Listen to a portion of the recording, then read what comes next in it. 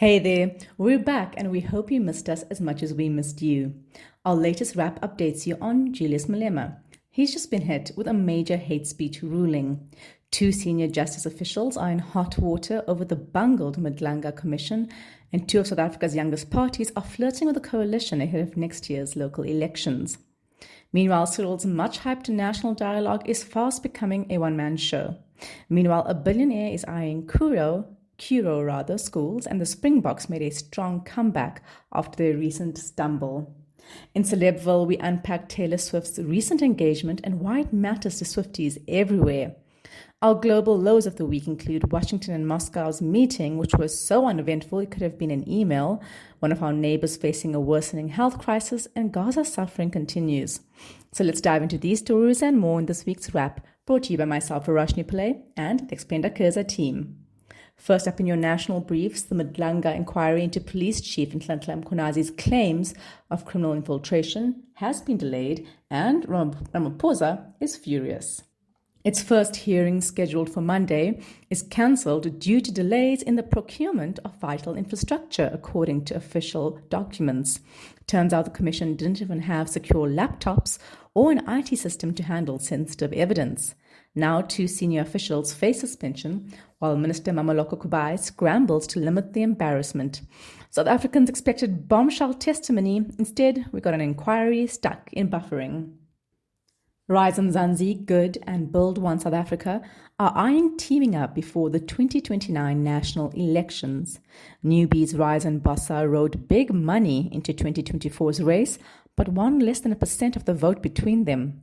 Their reasoning, however, is that opposition votes are being split too thinly, thereby strengthening the ANC and DA. While a full-on alliance for the 2026 elections might be legally messy, the leaders say some form of collaboration is on the cards for next year's election. Ramaphosa's inaugural National Dialogue Convention in Pretoria earlier this month was marred by controversy over costs and the withdrawal of key stakeholders. Initially budgeted at 740 million rand, costs were revised down to 485 million, which critics felt was still excessive. Major political parties such as the DA, FF+, and Action South Africa have either withdrawn or attended only as observers, while legacy foundations, including the Thabo Mbeki and Tutu foundations, have also pulled out. Community sessions are planned nationwide, but it's not looking good. On Wednesday, billionaire Yanni Mutton's trust made a 7.2 billion rand bid to buy out Curro shareholders and turn South Africa's biggest private school operator into a non-profit.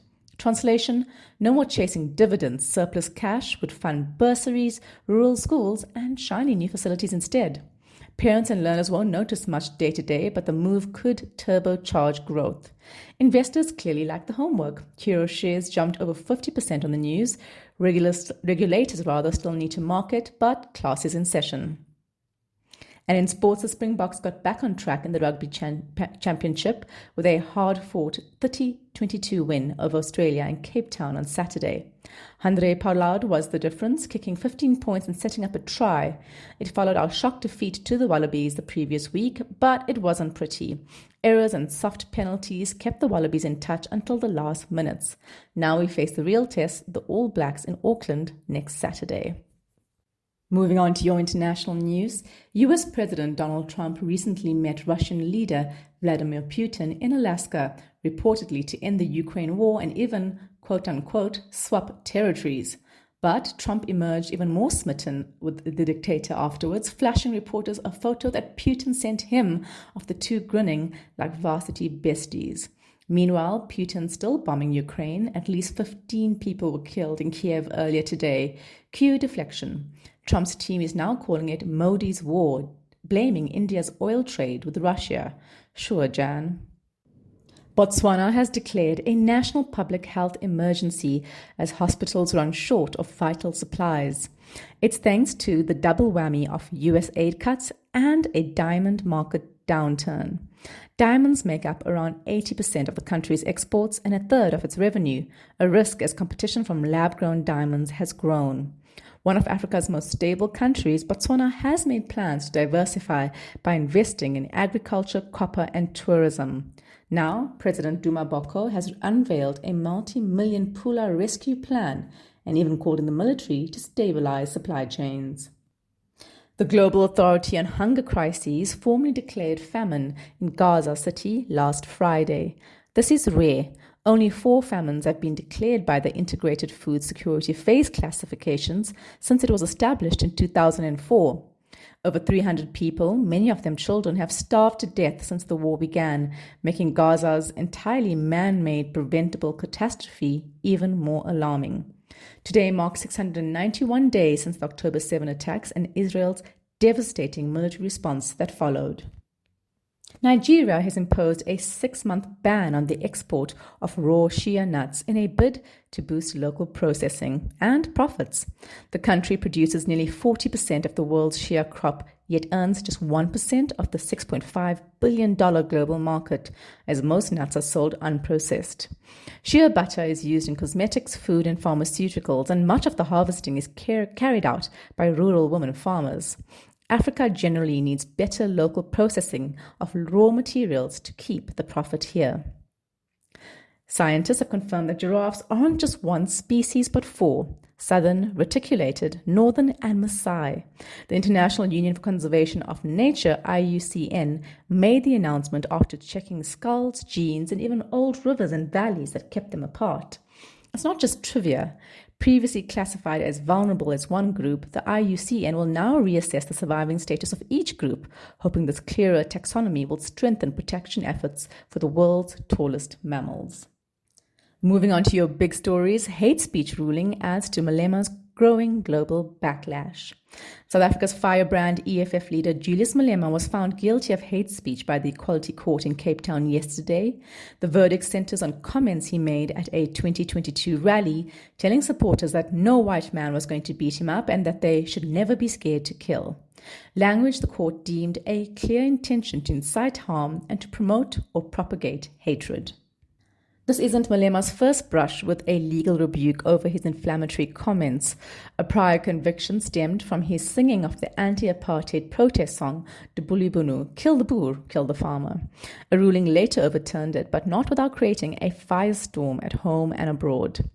Internationally, he is perhaps best known for his footage being shown by President Trump during a tense Oval Office meeting with Ramaphosa in May. Trump used the clips to claim white farmers were being targeted in a genocide, an ongoing misinformation campaign that right-wing figures, including Elon Musk, have sold by using clips of Malema's violent language towards white people. The consequences of Malema's inflammatory rhetoric have been growing, though. He was denied a visa to the UK earlier this year for being non-conducive to the public good. The Home Office said in a letter released by the EFF that Malema had, quote, made statements calling for the slaughter of white people, or hinted that it could be an acceptable option in the future, end quote. It also cited his vocal support for Hamas. The EFF, meanwhile, has strongly condemned the latest ruling as a grave distortion of history, philosophy, and the nature of political speech in South Africa. The party argues the court ignored context, including the Brackenfell High School protests, when Malema made the comments after its members clashed with white residents, and South Africa's long history of structural violence against black people. The Red Berets have vowed to appeal to the Supreme Court of Appeal, framing the case as the suppression of revolutionary rhetoric. For Malema, though, the ruling adds another mark in his growing catalogue of controversies and sharpened national and global scrutiny of his politics. In your second big story, polls and political shifts ahead of the next local government elections. A leaked DA poll rocked South Africa earlier this week. It showed the ANC's national support crashing to 29%, with the DA head-to-head at 28% and surging ahead in metros like Tshwane and eThekwini. But the hype was misplaced. The Blue Party's doyen, Helen Zille, said that whoever leaked it made a mistake, as the party does this sort of snapshot polling every day, and it doesn't really mean much in the long run, adding that the margin of error was too great. A margin of error is the give or take range showing how much poll results could be off, since they're based on a sample, not the whole population. Speaking to Explain, election data analysts highlighted the flaws in reading too much into premature political polling. Paul Berkowitz agreed with Zille's assessment, saying the DA poll had an 8% margin of error in the metros. This is huge. The new scenario would have the DA and ANC neck and neck. In reality, the ANC was ahead of the DA by over 18 percentage points in the last election. Meanwhile, Wayne Sussman told us that, quote, "We are a long way away out from the election," close quote, and that with the DA's polls sample, which was just over 1,800 people, plus a 14-month gap, it was too soon to predict a definite outcome. The DA poll is also based on the assumption of a 100% national turnout versus the last local government election, which saw just 45% people turning out, skewing results. Plus, bias in party commission polls tend to distort smaller parties' strength. In the past, even reputable polls like Ipsos have misjudged DA support by 2 to 4 points. Local elections are one of South Africa's biggest reality checks, where voters punish or reward based on water supply and streetlights. But, as Sussman warns, we are in for a very interesting time, with more coalitions likely after next year's polls. Lord save us. With a whopping 472 parties on the next ballot, including MK and EFF, the messy coalitions and power struggles that have defined local governance in recent years may continue to be a problem. Meanwhile, low youth turnout could boost ANC's rural base, but urban rage may flip metros. And guess what? The elections may not even happen next year. The Electoral Commission of South Africa briefed the media this Tuesday on preparations for the 2026 polls set to occur between 2nd November 2026 and 31st January 2027, marking an end to Municipal Council's 5-year term. So the leaked poll may have caused stir, but with shaky data, low turnout, and coalitions still looming large, the hype was premature. The 2026 vote may shift power in key metros, but it's far too early to call. And finally, it's happened. Taylor Swift is engaged. Yes, Swift's engagement has hijacked our newsroom, and we're not sorry, because when pop's reigning queen says "I do," it's a global event. The 14-time Grammy winner announced her engagement to NFL star Travis Kelce on Instagram in suitable fairy tale fashion, a flower-strewn proposal complete with archways and candles. Her Instagram caption, "Your English teacher and your gym teacher are getting married," had fans in meltdown. The dynamite emoji that accompanied it was a cheeky nod to TNT, Travis and Taylor, obviously. Their romance began in 2023 when Kelce, then just a fan, tried passing Swift a friendship bracelet with his number at her Eras tour. Since then, their relationship has unfolded publicly, Swift cheering at NFL games and Kelce at her sold-out shows. For Swifties, that devoted army of fans who've dissected every lyric like it's the Da Vinci Code, this isn't just a ring, it's a redemption arc. Taylor's music career spanning 2 decades has been an open diary about her quest for love, from teenage crushes in Fearless to the savage breakup anthems of Red and Reputation. She's turned heartaches into platinum hits.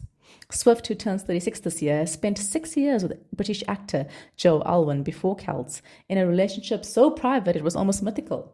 Their 2023 split was rumored to have fueled lyrics like "I'm pissed off you let me give you all that youth for free" and "You shit talked me under the table, talking rings and talking cradles," hinting at heartbreak over Alwyn never proposing. Now with Celts, the vibe couldn't be more different. It's PDA, podcast, and public praise all the way. But there's also serious issues at play here. Swift's love life has been a lightning rod for vicious public scrutiny. Since her teens, media outlets have hounded her, slapping labels like man-eater on a young woman for dating in her 20s. Tabloids tallied her exes, sneered at her too many boyfriends, and reduced a musical legend to a punchline. The misogyny was relentless. While male stars like Leonardo DiCaprio skate by, Swift faced slut-shaming and mockery. She's fought back, though, with razor-sharp songs like "The Man," dismantling gendered double standards. This is why the Celts engagement matters to so many.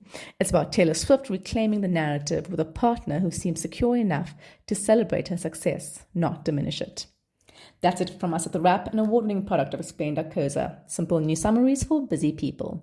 The Wrap is sponsored by Explain's agency division. We specialize in content marketing for purpose-driven organizations, often with a pan-African reach. Mail info at Explain.co.za for a quote.